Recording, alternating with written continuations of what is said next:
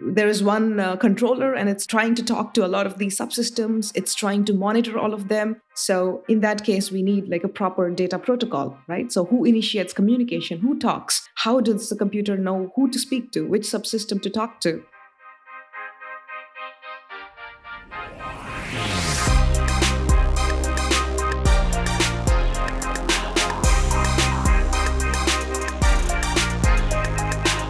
ZukunftsmacherInnen, der Alumni-Podcast der TU Berlin.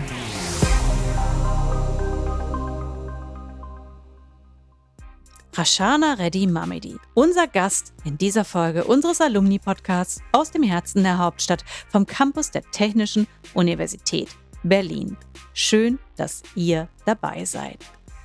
In dieser Podcast-Reihe geht es um die Zukunft, genauer um die sie machen, um die Alumni der TU Berlin. In jeder Folge stellen wir euch einen oder eine von ihnen vor. 35.000 Mitglieder hat das Alumni-Netzwerk aus 139 Ländern. Menschen mit den unterschiedlichsten Talenten, Ideen und kulturellen Backgrounds, die sich bis heute mit der TU Berlin verbunden fühlen. Sie alle eint der Wille, die Welt ein Stück besser machen zu wollen. Aber wie überträgt man das, was man an der Universität lernt, in das spätere Berufsleben? Wie findet man seinen Weg? Wie kriegt man heraus, wie und wo man das, was man aus seiner Universitätszeit mitgenommen hat, anwenden kann? Was sind das für Wege, die man da einschlagen kann? Schnurgerade Autobahn oder kurvige Landstraßen? Genau das möchte ich aus meinen Gästen herauskitzeln.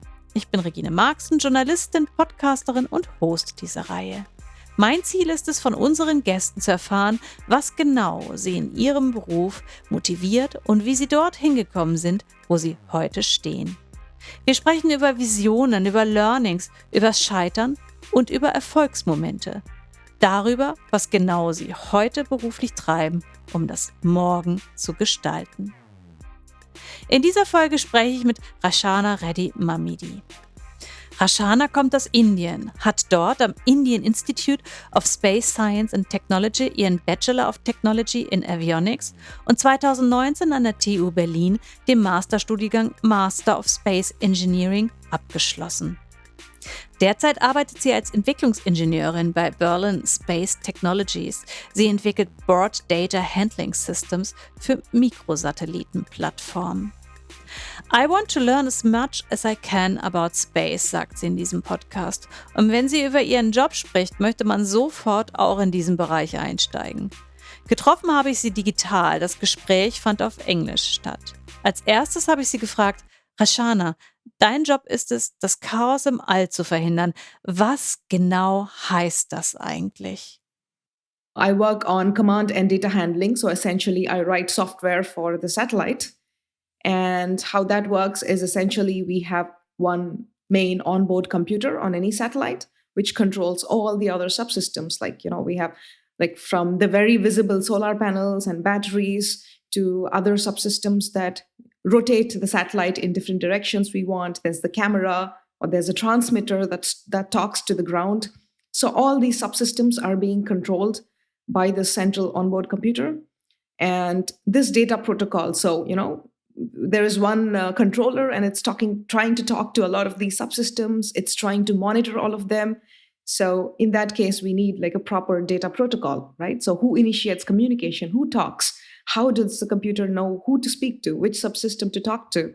Mm-hmm. And once you say, hey, I want to talk to you, and then the subsystem says, okay, send some kind of an acknowledgement. And then the computer thinks, okay, this person is responding. The subsystem is responding to me. Now let me give my command. Or sometimes if you can put all the subsystems in some sort of a monitoring mode, and then you can say, hey, only contact me if there's something really wrong. Mm-hmm. Or something is really heating up, or something is, not working as expected. So all these sorts of communicate. So we need like proper protocols to enable this sort of a smooth communication between all the subsystems within the satellite. And that's the role of an onboard data handling system. Mm-hmm. And there's a software team usually that works on it. And when we usually say software, it's more of an embedded systems kind of approach, right? So because when we often think of software engineers on the ground working on other applications, they are usually agnostic to the hardware. But satellite software engineers working on satellite hardware or any piece of hardware, essentially, so they are more concerned about the hardware. So every time you're writing a piece of code, we are thinking, oh, is this small enough to fit on my tiny computer? So you're always thinking from that perspective. How many people are in your team? The whole company, we are about 50 people working on different aspects of the satellite design. And in the software team, it's the biggest team. We have almost 15 of us working on it at various levels. Is it an international team? Yes, it's quite international. There are a lot of Germans. There are a lot of Berliners, actually, in our team. But it's quite international. The company itself is, In general, I would say space in general is quite international. And that's one of the advantage of working in the space sector in different geographies, because the customers of any space company are so international. Most of them, the operating language, the official language is English. So which makes it quite easier for people from, different geographies, different cultures to come and work together. What exactly are the challenges of this job? Like I said, the biggest one is resource constraints. So be it either you're a software engineer or, developing the electronics or building boats or trying to design the complete structure of the satellite, the engineer is always constrained for resources. You cannot add more and more, as much mass as we want. No, we can't make the structure. Hey, let's just make the structure that will hold everything. We can't do that. You have to really optimize everything, each and every gram, each and every square centimeter, because several things. First of all, there's like a design constraint. And secondly, the launch cost. The cost of putting every kilogram up there really counts. Though the cost per kilogram is drastically coming down because of a lot of companies like SpaceX and then also a lot of other companies, still there is constraints in terms of power as well, right? Because if the satellite is so big, there's only so many solar panels we can put on it, even if we deploy them, not just put it on the surface, but even if we deploy, there's only so much power that the satellite can generate. So one of the biggest limiters is not only mass, but the power we can generate on the satellite. And that severely limits what kind of payloads we have. That limits, at what height we can have the transmission power, how powerfully it can transmit a signal back to the Earth. And a lot of these ramifications. Your educational CV looks like a straight line. What is so fascinating about space science? Yeah, so my space journey actually began way earlier.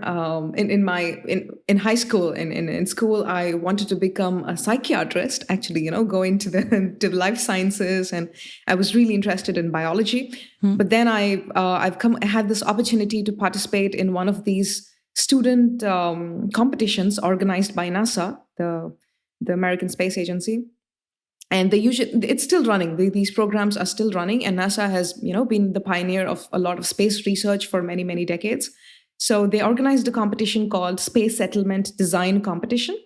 So essentially, they bring a lot of these cool kids together, high school kids, and give them a task saying, "Hey, build a space settlement on Mars for like 1,000 people, and then there's going to be like 100 people visiting you, and you have to figure out everything for that settlement, from where you're going to build it, how you're going to build it, how long you're going to build it, what materials are you going to use, and how to run the settlement, how to do the operations if something breaks down, what happens, how to allocate the resources, how much food are you going to grow, what minerals or metals or materials are you going to mine from nearby objects, and if there is a tourist population of, I don't know, like 100 people, how are you going to entertain them? How do you create, a nice tourism?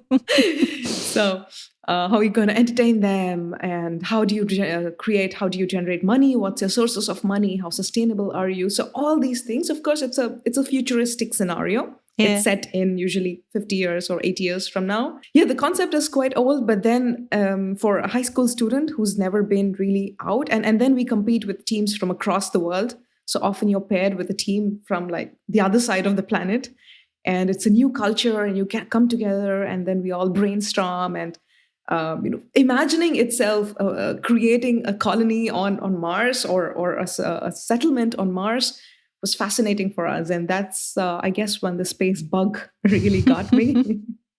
And yeah, I'm still high on that, riding high on that till now.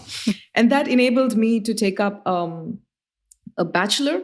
So this bachelor, the university I went to for my bachelor, the university was started by the Space Agency of India, actually ISRO, the Indian Space Research Organization. Mm-hmm. So they wanted a dedicated university for them. So they have a continuous supply of talent, of engineers. And our courses were mostly generic courses at undergrad level, but we had a lot of specialized space technology subjects courses to take up. And we had a lot of, one of the largest centers of ISRO was right around the corner of the university. It was in the southernmost tip of India, of the country. And it was so fascinating because sometimes we would have these scientists come and teach us courses, take all these lectures, and then they explain about rocket engines, say, hey, this is how it works. And that part is something that I have built 20 years ago or 10 years ago, or this is what I'm researching on right now. So that was so fascinating for us to have the actual rocket scientists come and explain, all these fascinating concepts. And then we would go visit the launches, the sounding rocket launches or the big rocket launches. So it was a very, it was more like another space center, everybody's talking about space. All the competitions we had in the university were all space themed. We're all like really star-struck people. We would have a nice, a bunch of telescopes. So we would go out in the night, and then we had somebody who was specializing in astronomy, and we would look at all these Saturn rings, how to assemble this telescope, how to, point it correctly, how to handle this telescope, and how to looking at Saturn rings or the moon.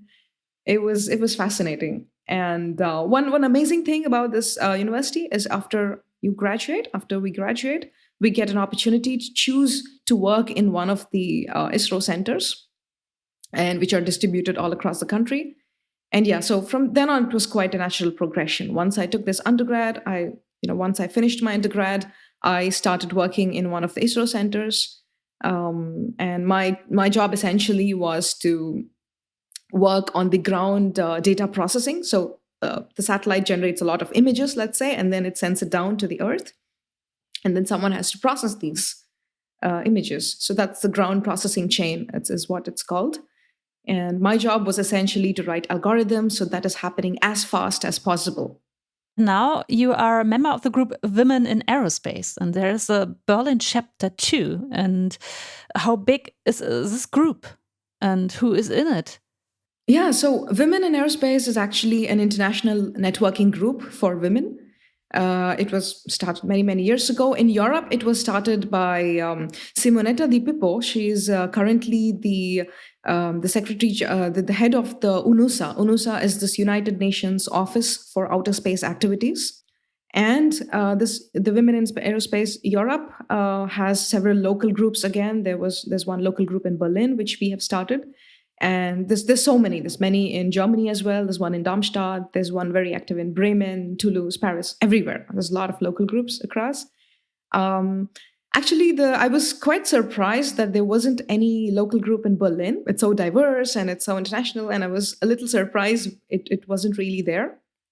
And that's how me and another couple of my colleagues, like Vera, she was previously with Airbus, and Juliana Haupt, she's also from another space company, Astrofine in Berlin. So all of us got together and we thought, hey, let's start this. It's quite new. We started 1 year before the pandemic. So we couldn't pull off a lot of the events that we had planned. So essentially what the networking group does is they organize a lot of activities. It's very often in-person activities or sometimes online seminars, which are directed at, sometimes we have a project management seminar. So they rope in somebody who is an expert in project management or in life skills, and then have kind of seminar and focus a lot on issues that most often women face in the professional world or in STEM careers. Actually, a lot of people in tech, the more competitive the environment around them is, the more they suffer from a lot of issues of self-doubt and not being sure if they're good enough. The more the more highly skilled the people around us are, and the more we progress in career, most people actually apparently experience this, especially in tech. And I feel most often women suffer from a lot of these things. Because somehow the society molds them across cultures, right? Across cultures, women are often more self-critical, and they hold themselves to a much higher standard than men. Of course, there are outliers, there are exceptions, but this is a very general trend. And also, if we look at any of these job descriptions that post, they say it's shown that women only apply to a job advertisement if they match 100% of the requirements listed there, while men apply only if 40% of the requirements match to their skill set. So let's look at your career again. Why did you decide to study in Berlin? Yeah, so this was back in 2017 when I was making the decision. So I wanted to, like I said, I was working on the ground segment data processing of things, and I wanted to work on the spacecraft segment, go a little bit into space. And I also wanted to try out different geographies, because space is done so differently everywhere. How space is done in India is very different from how it's done in Europe versus how it's done in Australia or the US or South Africa or South America. So it's quite different. So, however, I really liked Berlin, and the kind of courses I was looking for was, I wanted to do a master, because that's a great way to enter any new space ecosystem as a student. It's much easier. And I wanted a master level course that would focus on the satellite design aspects. So back in 2017, most of the master level courses related to aerospace or space would focus on the launch vehicle part, the rocket part. Like, of it, there were very few courses that focused on satellite building. And I only found 2 courses. One was in the US, which focused on space systems design. But US was not a choice for me, because they have these ITAR regulations where only citizens can work in their space companies or space agency. So, of course, that was a bummer. And Europe that way is quite amazing, because there are almost no restrictions unless it's a very, I guess, it's strategic or a defense related project. There are absolutely no restrictions on the nationality of the person. And the second course that I found was in Berlin. It was the Master of Space Engineering at TU Berlin. And alongside, TU Berlin has a very long history of building a lot of amazing satellites for many, many decades. And so, yeah, it was quite an easy choice for me to make. Do you remember your first day at TU Berlin? What was it like? I still remember walking along the corridors. So in this aerospace building of the TU Berlin, they have a lot of mock-ups. They're also actively building a lot of satellites all the time. And you have these large pictures framed on along the corridors of all the satellites that have been launched. And I was just walking along, and then I realized, it just hit me, like, wow, there's this 50 years of building satellites in a university environment, like right here. So that's something that I still remember. High expectations. Were there moments when you thought you couldn't succeed in your studies? Yes, not in my studies as such. This was more of a systems level course. And since I already came from a space background, I knew a lot of the basics. So I was not very skeptical of the entire course as such, but there was one course, there was one particular course called Spacecraft Dynamics and Control. So this course essentially helps you to figure out how to orient the satellite, right? So one of the biggest aspects in operating a satellite is, let's say there's a camera on the satellite, and the camera should always be pointing, let's say, at some specific part on the Earth. So you want to image it, and it wants to point it. We don't want it to like move too much or vibrate too much. We want a decent level of stability when it's pointing. And so to do this, there's a lot of sensors, a lot of actuators that come into play. So first of all, we need to know which direction the satellite is pointed. So you take a reference of the sun, and then you take a reference of the Earth's horizon. Then we take reference of the stars and try to, figure out, okay, this is how my satellite is currently pointed at. And I want to move it, orient it in this direction. So essentially rotate. And this is 3-dimensional rotation, right? So like 3-axis rotation. So that makes it a very complex mathematics problem. And there's a lot of mathematical, modeling that goes underneath it. And yeah, so math is not one of my super favorite subjects. And I had a lot of difficulty following this. And however, it's not highly essential for the career path that I have chosen, but I had great difficulty. So yeah, I took up actually an advanced course on that subject. And yeah, I dropped it after like a couple of months. After a month, I guess I realized, no, this is definitely not for me. But I love the freedom this way. So to try and sample courses and have, it's not like once we opt for the course, you're not locked in. So I love the freedom that there is to drop courses which we are not really comfortable with. Okay, let's talk about podcasting. You've got your own podcast. It's called Those Space People. What do people learn when they listen to your podcast? Yeah. So this podcast was also one of the many pandemic babies. So that's what propelled me to make it. The biggest so the podcast is all these very casual conversations between people working in space. So those space people, because when usually people who are trying to enter the space sector, or somebody who's just looking at the space sector out of curiosity, a lot of the conversations, or a lot of the visibility is mostly of either astronauts or heads of companies, of big companies, or heads of space agencies, which is really fascinating. It's absolutely amazing to listen to them, but very often the narrative is set, right? So the narrative is set, and it's very difficult to get a complete picture of everything that's happening in space. So I try to have people who are at different levels, at different points in their careers, and working on different aspects of satellites or rockets or ground processing or different parts of the value chain, and have a very casual conversation with them. So this is the what gave me this idea was every time one goes to these space conferences or events or anywhere, very often we have these very short, casual coffee side conversations, like fireside chats or like a coffee conversation with people. And it usually goes with, hey, so I'm so-and-so and you are so-and-so, and what do you work on? And then we talk about, and then I usually ask questions. I heard that this is the latest thing happening in this aspect. What do you think about this?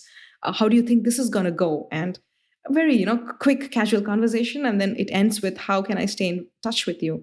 And I wanted to bring the exact same format to the podcast because even though there were a lot of virtual events happening during the pandemic times to compensate for this, it's never the same as speaking face to face. It's never the same as having that, the camaraderie. And I realized it's much easier to reach out to people online. I realized it doesn't make sense when I just say hi. You just say hi on LinkedIn and that's about it. Hello, I like your work, and that's about it. So there's nothing really to talk about. Then I realized when there's a podcast, that you're recording it, that enables me to have this very nice conversation, casual conversation, sometimes very in-depth, sometimes only for 15 minutes. Some podcasts I had it for more than 60 minutes. So it's very, very organic. Talking about the future, what's your personal aim in your business? What's your purpose? My dream, I don't really have like a very concrete set dream, like I want to go to space, or of course I would love to go to space, walk around on Mars and try to imagine the settlement we had built 15 years ago on paper. I would love to travel to space, experience weightlessness, yes, of course, all that. So I guess my underlying motivation for working in space is, yes, trying to understand, to make sense of what space is, how it can be used to solve a lot of problems on Earth, how it can make the world a better place.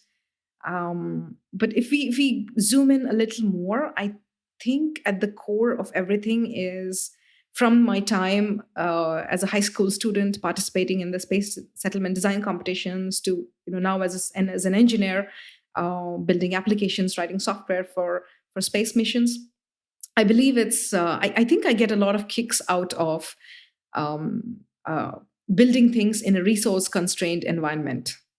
So I guess that's what I really find it challenging. So I love optimizations, and I also love, tinkering and building stuff. So I guess it appeals to both of these interests of mine. What would be your advice for our listeners? What do they need to become a space engineer? A lot of people think that they need to study a very space specific, a very fancy master degree or a very fancy bachelor degree that has space in it to get into the space sector. But that's one of the biggest misconceptions. So a lot of my colleagues, for example, even in my software team, it's hardly 2 of us of the 15 of us which have a master degree in something related to space.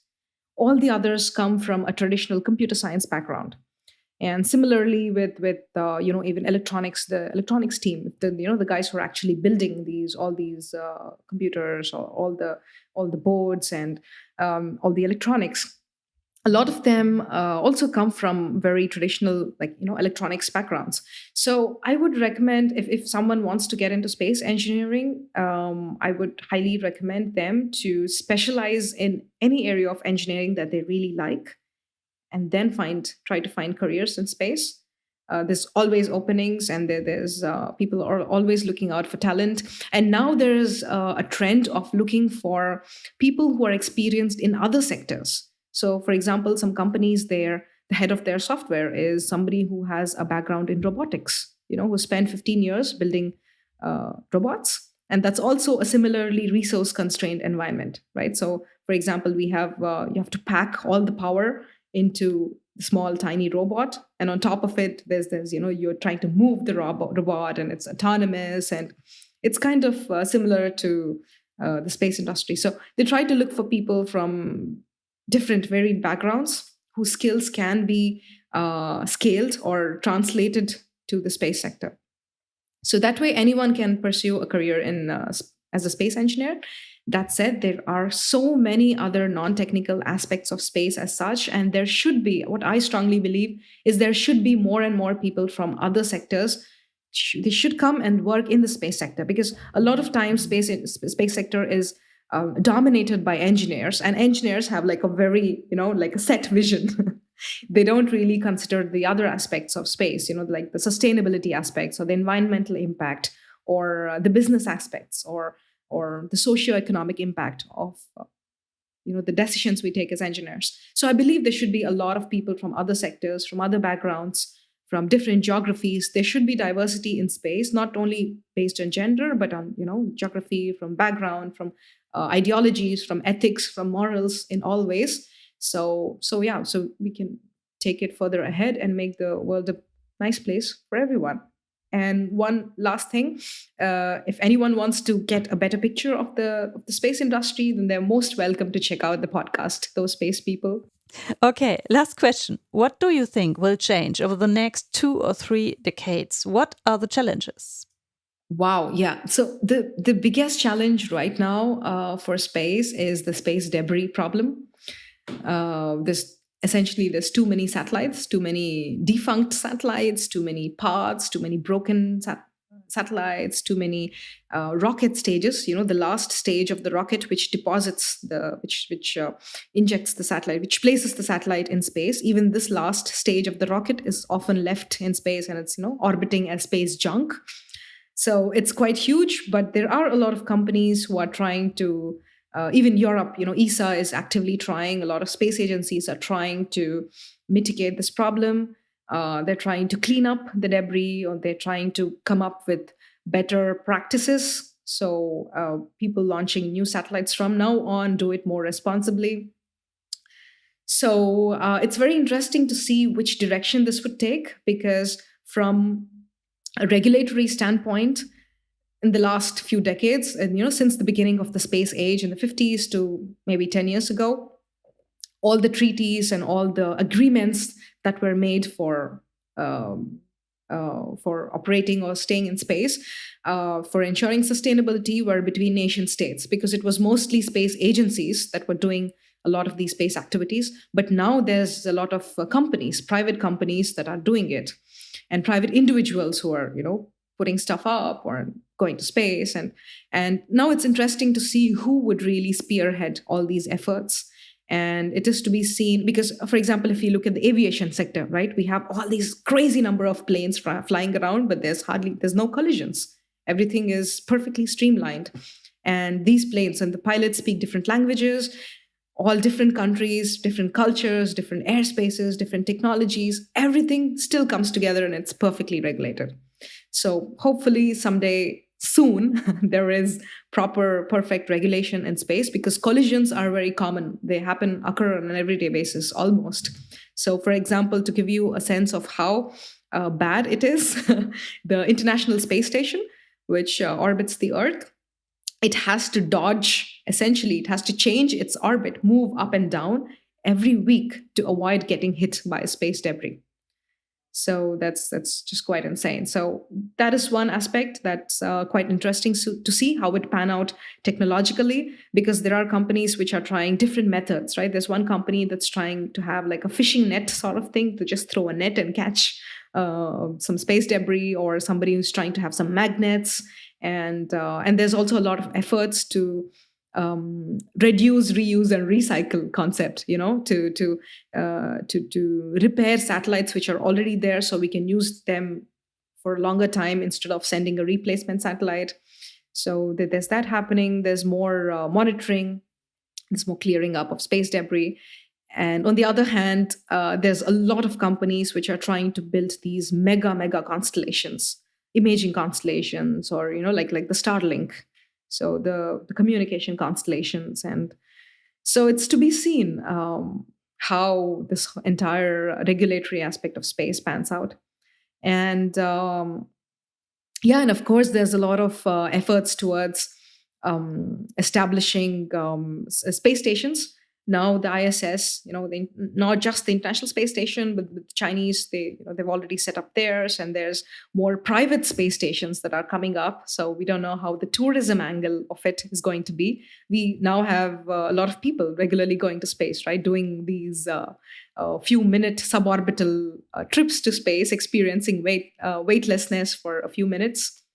So it should be seen, I don't know, maybe there's going to be a hotel in space where people would visit or play microgravity games. I don't know, playing soccer or football in space, or Quidditch, or all these fancy Harry Potter kind of magical things. Or it's and also how we are. So the Artemis Accords, for instance, so how we are going to.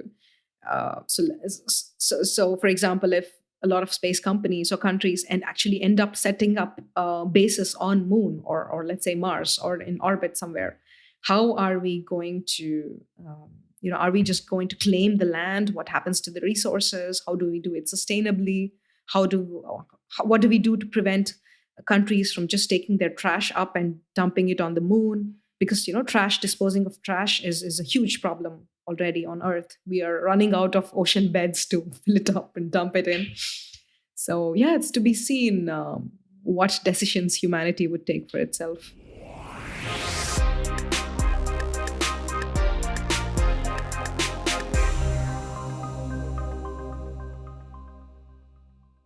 Rachana Reddy Mamidi. Ich kann euch ihren Podcast nur wärmstens empfehlen. Ein Blick in die zweite Reihe, also hinter die Kulissen der Raumfahrt, ist wirklich ziemlich spannend. Wir hoffen, euch hat unser Ausflug ins All gefallen. Wenn ja, freuen wir uns, wenn ihr diesen Podcast abonniert, ihn euren Freunden empfehlt und über eure Kanäle teilt. Folgt und kontaktiert uns gerne auf und über unsere sozialen Kanäle. Ihr findet uns auf Facebook, Instagram, Twitter, LinkedIn oder Xing. Mehr über die TU Berlin oder das Alumni-Programm erfahrt ihr auf den Seiten www.tu.berlin oder www.alumni.tu-berlin.de. Zum Schluss möchten wir uns bei der Senatsverwaltung für Wirtschaft, Energie und Betriebe in Berlin für ihre Unterstützung bei der Umsetzung dieses Podcasts bedanken. Und natürlich bei euch fürs Zuhören. Für heute sage ich Tschüss, bleibt gesund und wir hören uns.